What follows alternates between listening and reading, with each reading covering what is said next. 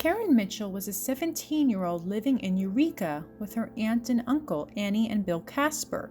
She had previously lived in Orange County with her mom and brother, but her family thought that living in Humboldt County would be good for the budding environmentalist. She had decided that she wanted to study environmental science in college. When she attended Winship High School, she became determined to graduate a year early so that she could attend college more quickly. On the morning of November 25th, Karen spent the morning talking to her mother on the phone about financial aid applications for college. Karen later went to Annie's Shoes, a shoe store that her aunt owned, which was at the Bayshore Mall. She then left for work at a nearby daycare center. Her aunt offered to give her a ride, but Karen declined, opting to walk the short mile distance by herself. At the end of the day, when Annie Casper pulled up to the Coastal Family Daycare Center to pick up her niece, she wasn't there.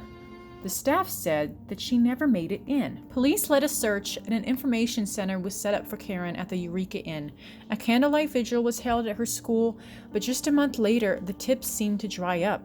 The lead detective on the case tried to get the FBI to assist in the case, but they would not because of her age. 3 witnesses later came forward saying they had seen a car pull up in front of a girl walking on Broadway who appeared to be Karen. The man in the car was seen talking to her, and she may have gotten in the car with him. But unfortunately, the 3 witnesses had different descriptions of the car. Some said it was a 1976 Ford Granada, and the other a Mercury Monarch. But while the witnesses had different descriptions of the car, they were able to provide a sketch of the man driving the car. Could this man have abducted Karen Mitchell? 2 years later, a man named Wayne Adam Ford walked into the Humboldt County Sheriff's Office with a woman's breast in his pockets. He confessed to the murders of 4 women in the area. His brother had convinced him to turn himself in, and Wayne also feared if he didn't confess to the killings, he would eventually murder his ex-wife and leave his child an orphan. Could Karen Mitchell had been another one of this man's victims? Detectives at first were convinced she was, especially since one of Ford's other victims was a transient he had picked up in Eureka just 1 month prior to Karen's disappearance. Police questioned Ford about Karen, but Ford claimed she was not one of his victims, even taking a polygraph to confirm. Karen also didn't fit the profile of the women that Ford targeted. He targeted prostitutes or transients. Karen's family would face even more heartbreak in 2001 after being contacted by 2 girls saying they believed that Karen was in Arizona. The family went to find that the girl who was responding to the name Karen was not in fact their daughter. The Jinx, a documentary about the life of real estate heir Robert Durst, premiered on HBO. The documentary investigated several murders and disappearances that have been associated with Durst, including the 1982 disappearance of his wife, Kathy Durst, the 2000 killing of his friend, writer Susan Berman, and the 2001 killing and dismemberment of Morris Black. Durst has remained a person of interest in his wife's disappearance. Shortly before Durst's friend, Susan Berman, was found shot to death, police were planning on questioning her about Durst's potential role in Kathy's disappearance. In 2003, Durst was tried for the murder and dismemberment of Morris Black, his elderly neighbor.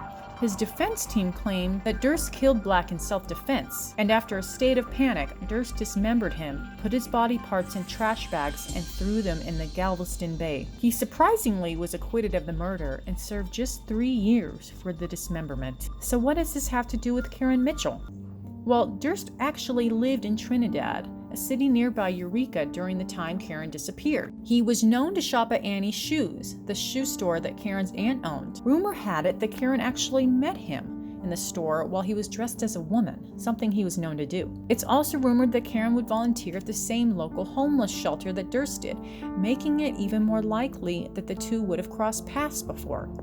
But it's the composite sketch provided by a witness that had many people convinced Robert Durst was involved in Karen's disappearance. Matt Birkbeck, author of A Deadly Secret, is not only convinced that Robert Durst is a serial killer, but that he may be associated with even more missing persons cases.